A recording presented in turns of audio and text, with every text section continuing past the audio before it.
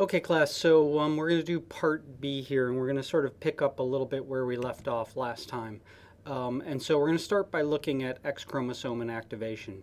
So I'm sure you guys have had this in one of your other courses, but females end up getting two copies of the X chromosome, and they only want one. And so they silence one of the X's by X chromosome inactivation. And so here you can see just some female cells right here. And what they've done here is basically hybridize and do an in situ hybridization against this non-coding RNA called exist in female cells. Okay, and so you can see it's brightly stained here. Okay, so only one of the X chromosomes is silenced, and the other one, activation of genes on the X chromosome can occur. The way X chromosome inactivation works is really cool, and we'll get into a little bit more of it in a second. But basically, here you have a cell in an early embryo of a cell from a female, and it has the parental X and the maternal X. Okay, and eventually what you get is condensation of one, and this happens randomly. Okay, it can be either the paternal or the maternal.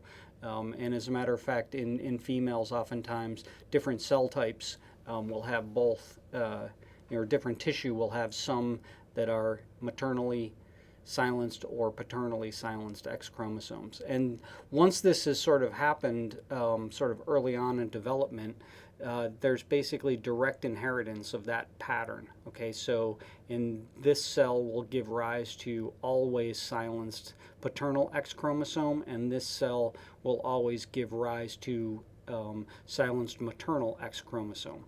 Okay, so this is just X chromosome inactivation. The way it works is sort of really cool. On the X chromosome, what you have is this thing called the XIC, or the X inactivation center. And there's actually a couple of non-coding RNAs, one of which is called exist, the other is Psi-X. And so these will be expressed, and what ends up happening is exist can spread along the chromosome to cause it to be an inactive X. Okay, and when this becomes an inactive X, it's actually silenced by polycomb group silencing and H3K27 methylation. And so it's just a really sort of a very, very cool system. Now, besides for sort of epigenetic and transcriptional control, there's also post-transcriptional control. And basically every step from DNA to protein can be regulated. Okay, so we've seen that transcription can be regulated, but once transcription is fired, you can actually get basically the transcript aborts, okay, and doesn't produce a functional protein. You can get non-functional, which can give rise to non-functional mRNA sequences, and then possible retention and degradation in the nucleus. If something's properly spliced and sent out, you can then have translational regulation where translation can be blocked, and ultimately you can also get situations where the RNA itself is degraded.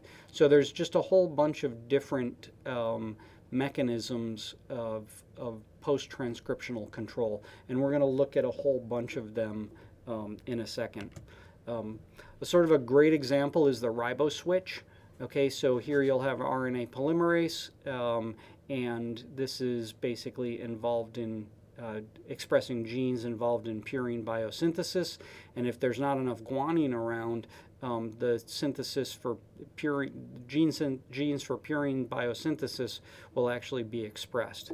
But the second there's plenty of guanine around, it will actually bind to the riboswitch, and that leads to transcriptional termination, and the RNA polymerase falls off. Okay, so synthesis ultimately becomes aborted. The guanine actually causes hydrogen bonding with the riboswitch itself, and here you can see the guanine bound in the RNA loop and the hydrogen bonding that exists. Another mode of regulation is actually alternative splicing, and it's estimated that about 75% of human genes have alternative splicing. And here's just some examples of alternative splicing. that can exist. You can have optional exons, where this is shaded, this light blue is actually optional. It doesn't have to be, and sometimes it can be skipped. You can have optional introns, okay, where some of the introns are sort of skipped. You can have mutually exclusive exons, where you can get alternative splicing between them, and then you can have internal splice sites, which can happen occasionally. And just to give you an idea of how complicated splicing can be, this is the DSCAM gene in Drosophila, and here you can see that when it's spliced, it can choose a whole bunch of different A exons, 1 out of 12, B exons, 1 out of 48, or the C exons, 1 out of 33, and then the D exons, 1 out of 2. And so basically that will make an mRNA transcript, and there can be over 38,000 different transcripts based on this, by choosing 1 out of 12, 1 out of 48, 1 out of 33, and 1 out of 2. The splicing is actually can be a regulated event, and you can have regulated alternative splicing, and we'll see examples of this throughout the course. But you can have both positive and negative control in this. So normally, you'll have your transcript, and there's normal splicing to produce an mRNA, but you can actually have a repressor of that splicing, so no splicing can occur. You can also have positive control, where the primary transcript is produced with an intron, and there's no splicing unless there's an activator present, and then you get splicing. And a mechanism similar to this actually exists in the unfolded protein response, which we'll cover later on in the term.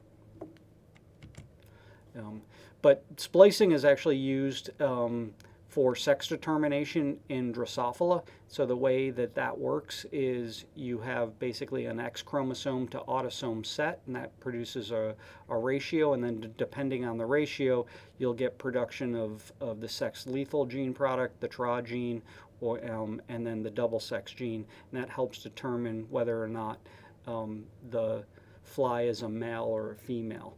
And to sort of look at that closer, and it's all sort of dependent on the ratio. So 1 is equal to a female, and 0.5 is equal to a male. And so here's how it works in the male. The X to autosome ratio is 0.5.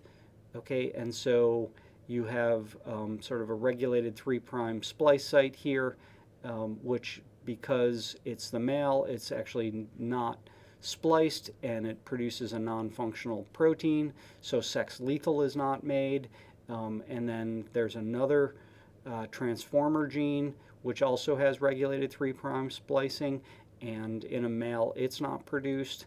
And then ultimately what you have is a regulated 3' splice site that's inactive, and so you'll get this splicing that occurs, which will then produce a specific double sex protein that's only present in male, and that will actually lead to male development. And this will repress female differentiation genes. Now in the female, where you have an X to autosome ratio of 1, the sex lethal gene is produced, and that actually binds to the splice junction, and that leads to specific regulated splicing, which will produce the functional sex lethal protein, and then that will cause regulated splicing of the transformer gene, producing functional transformer protein, which then binds to an activated splice site, which then will produce a female-specific double-sex protein that has, this extra 30 amino acids versus the 150 in the male, and that represses male differentiation genes and leads to female development. Okay, so a little complicated, but it just goes to show you how alternative splicing is done to actually lead to things like male or female development in Drosophila. Same thing sort of happens in mammals. In this case, we're going to look at immunoglobulin regulation, and so this happens on B cells. And so for those of you who are interested in the coronavirus vaccines, this is what's actually going to happen after you're vaccinated. And so the way it works is you have your immunoglobulin gene, and you have different splice sites which produce different transcripts depending on the condition. When you have sort of a naive B cell, what happens is you produce this long transcript, okay, and then you have a couple of stop codons here, and normally in a B cell, in a naive B cell, this intron sequence will be spliced out, and then you'll get your messenger RNA with a stop codon, and so you're producing this sort of long transcript, and this will produce a membrane-bound antibody. Okay, and then once the B cell becomes activated and starts to undergo clonal expansion and differentiation, you start to produce this short transcript, okay, where basically there is no splicing, and you produce this this mRNA transcript, and then this will actually just read through, hit this stop codon, and you have this smaller terminal hydrophobic peptide that can't associate with the membrane and is actually secreted. Okay, and so this is what happens when a B cell becomes activated. You basically stop producing a membrane-bound antibody, and you start to produce this shorter transcript that produces a secreted antibody. Another thing that can happen is you can get RNA editing. Okay, so there's sort of a famous RNA editing enzyme called ADAR, which is involved in A to I editing. So this will change this adenosine to an inosine, and this can actually affect approximately 1,000 transcripts in humans. Now, RNA transport is another one, and a great system to actually understand RNA transport is using the HIV virus. Okay, so the HIV virus is a retrovirus, so eventually the RNA will get converted into DNA, which then gets integrated into your genome. And so here you have your viral DNA integrated into the genome. Here are some of the genes that the HIV virus will produce. And so this huge transcript is actually made, and this needs to eventually be packaged into the HIV virus particle in order to spread. Okay, but this will doesn't typically get put out. What you need is splicing of this Rev protein in order for it to be produced, which then will help the transport of the RNA.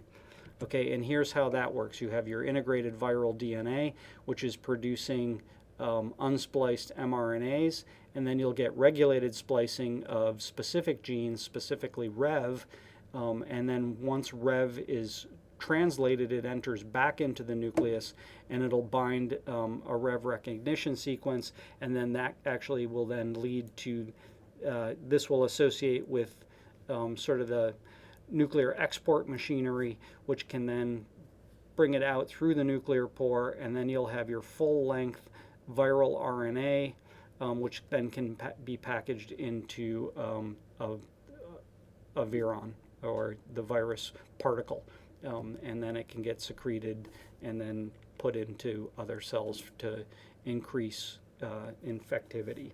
Okay, RNA localization is also another form of post-transcriptional regulation, and there's oftentimes signals in the RNA itself, specifically the 3' UTR, or the poly A tail, that actually help direct the transport. Okay, so normally if you think about RNAs just coming out of the nucleus, they're sort of displayed, or they're basically put into the cytosol, but these can actually be transported to a specific cellular location where they're needed. Okay, you can get direct transport on the cytoskeleton. Motor proteins can move them to a specific location where they're needed, or you can get sort of random diffusion, and then those messenger RNAs can be trapped, and translation will occur here, or you can get sort of random diffusion and then degradation of ones that are just sort of diffused in the cytosol, and so that you get sort of localization of a specific thing. And this comes into play in things like nerve cells, where messenger RNAs are transported down so that the proteins can actually be made, proteins for neurotransmitters and things like that can be made and packaged into a vesicle and then easily released to make things a little bit easier. But here's sort of an example of RNA localization. If you look at the Drosophila hairy mRNA, the full length is actually here in red. If you delete part of the 3' UTR, the untranslated region, I forgot to emphasize that. When I talk about UTRs, guys, that UTR is an acronym for untranslated regions. These are the parts of RNA in the 5' and the 3' end that are not translated by the ribosome. Okay, and so here you have basically the full length mRNA here in red, and then a specific mutation in the 3' UTR of the hairy mRNA, and so it's just sort of left in the cytosol. And the blue here actually shows the nuclei. Okay, and so these UTRs are actually pretty important, and they can have important regulatory roles. Okay, so here's just some examples of the regulatory roles of the 5' UTR. So sometimes you can get a stem loop, and then you can get a translational repressor bound to that stem loop so that no protein is made. If the repressor is not around, you can actually start translation and the protein is made. Occasionally, you can form a stem loop where the start codon, the AUG, is actually buried in the stem loop, and thus the ribosome can't recognize it. But then if you increase temperature, it can break the hydrogen bonds in that stem loop, and that increase in temperature can then allow the small subunit of the ribosome to bind and scan till it finds the AUG. You can also have stem loops where a small molecule will associate, and so if the small molecule is not around, the gene can be expressed, and then once the small molecule is present, translation is actually blocked. And then you can have antisense RNAs binding to either the 5' or the 3' UTR or around places, and this can actually sort of modulate the translation of the gene, and it won't produce a protein. Translational control can also occur via phosphorylation of EIF2. So normally EIF2, it's a small G protein, and so it's bound in its GDP bound form. Then you have a guanine nucleotide exchange factor, EIF2B, which will actually exchange the GDP for GTP, creating an active EIF2, and then this can help in translation and assist the translation process. However, EIF2 can be phosphorylated, and so if you have an inactive EIF2 in the GDP-bound form and it becomes phosphorylated, this actually helps to sequester EIF2B, and prevents the exchange of GDP for GDP, and thus sort of attenuates translation. Okay, and protein synthesis then becomes blocked. So this is just a mode of regulation of post-transcriptional control. Now, translation of viruses can also have interesting things here. So normally we've seen this where you have your sort of EIF4E and EIF4G, and these are associated with the 5' caps. And then they're associated with poly A binding proteins, which are associated with the poly A tail. And then you can have your small ribosomal subunit come in, and translation can proceed. You'll oftentimes see those rosettas, which we saw in previous lectures. But in the case with translation in viruses, they're not an RNA virus is not going to have a 5' cap. Coronavirus is one such example where the viral RNA is in the cytosol, and it needs to actually be transcribed in order to make more of the viral coat proteins and some of the other stuff that the virus needs for survival. And so what viruses have are these things called IRES sites, okay, or internal ribosomal entry sites. That's what the IRES is. And so if this is present, this can actually let the small subunit of the ribosome come in, and then you can get translation of all of the proteins needed for basically viral propagation. Okay, so viruses don't have this 5' cap, and this is the way they get around it. Um, Another way to sort of regulate translation is by regulating the RNA turnover. It's a perfect way, and it can happen in a couple of different ways. You can actually get removal of the 5' cap, which then leads to rapid degradation of the messenger RNA, or you can get shortening of the poly A tail, and once it becomes too short, you'll get rapid degradation of the messenger RNA. So either way in RNA turnover, either way, decapping or shortening of the poly A tail can lead to rapid RNA degradation by the exosome. And here's the enzyme that actually regulates the shortening of the poly A tail. It's called CCR4 or NOT1. It's a deadenylase. And what it does is it actually chews up the poly A tail and then leads to RNA turnover. Okay? And interestingly, the RNA tail the poly A tail can also be lengthened in the cytoplasm. But in general, you can regulate the messenger RNA by removing the poly A tail. Now here's a really kind of cool post-translational regulation that has to do with iron regulation. Okay, and those of you guys who have taken Professor Boyd's class in microbiology, I'm sure you've all seen this. So what you have is this cytosolic aconitase protein, which actually can bind to stem loops of RNAs. So in the case where there's sort of no iron around and iron starvation, iron's essential for viability, but it's also toxic. I mentioned that earlier on in the term. And so the cell goes to great lengths to make sure that it's regulating the amount of iron, and here's how it does it. So you have cytosolic aconitase that can bind to the stem loop of the ferritin mRNA, and this will actually block translation. And meanwhile, it binds to the 3' end of the transferrin receptor RNA. And so you have a aconitase bound here at the stem loop, and then transferrin is actually made. Okay, and the transferrin receptor is involved in taking up iron. Okay, and so if there's excess iron in the cell, you want the opposite to happen. So what ends up happening is iron can bind to the cytosolic aconitase, and that will actually dissociate it from the stem loops. And so ferritin is made, whereas the transferrin receptor is no longer translated, and you get endonucleatic cleavage of the stem loop, and then this messenger RNA is degraded and there's no transferrin receptor made.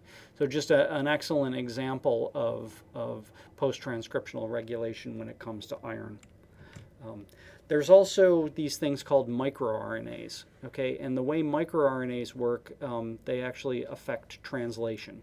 And the maturation of a microRNA, they're basically transcribed in the nucleus, and then once they're formed, they form a stem loop, and then they're processed by cleaving right here, and this is cropping, and this occurs in the nucleus by an enzyme called DROSHA. Okay, and so once the microRNA is cleaved by DROSHA in the nucleus, it actually can be exported to the cytosol, and then it is further cleaved by this enzyme called dicer. Okay, and then once dicer has cleaved it, this RNA helicase called argonaute comes in, and it can bind to it.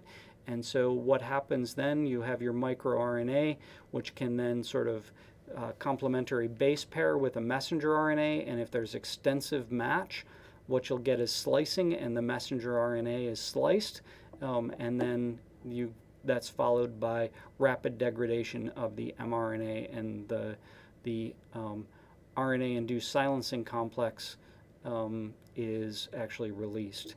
If there's a little less extensive matching, what can end up happening is this sort of just creates a barrier for the ribosome, and translation then becomes reduced.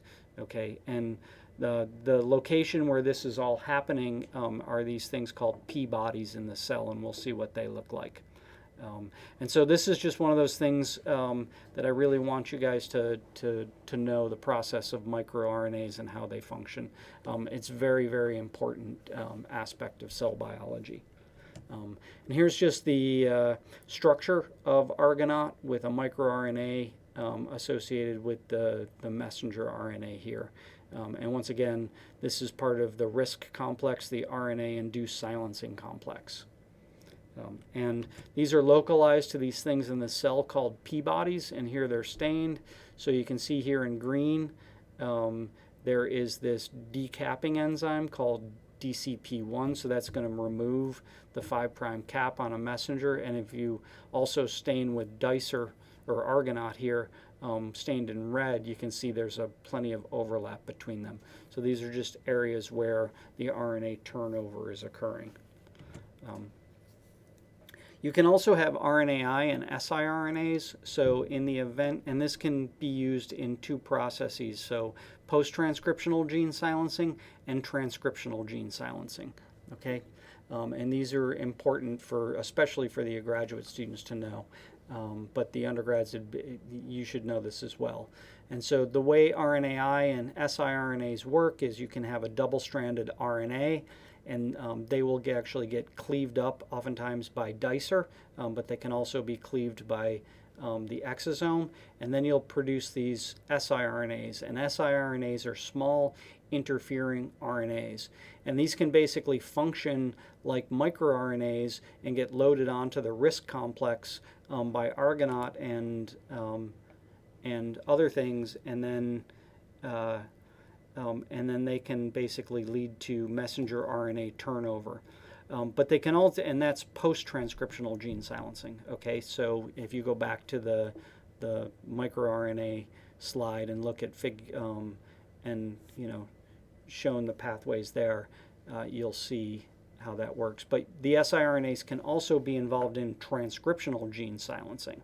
Okay, where Argonaut and others load this on to RITS, which is a RNA-induced transcriptional silencing, which can bind to a nascent mRNA coming off RNA polymerase, and that can recruit the RDRPs and lead to sort of an RNAi-mediated heterochromatin, which we covered earlier on in the course.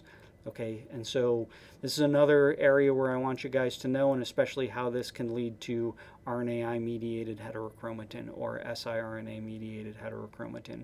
And so one of the things that's important, especially for the graduate students, when you see experiments where they're using siRNAs, they're both affecting the translation via post-transcriptional gene silencing and the transcription via transcriptional gene silencing. So it's both. And so that's it for today. So next time we're going to look at cell signaling and cell homeostasis. Here's your reading. It's also listed on your thing. And this covers actually a couple of chapters here. So it's sort of split this next lecture. Okay, and so I will see you all next Tuesday. And I hope you have a great weekend. Bye-bye.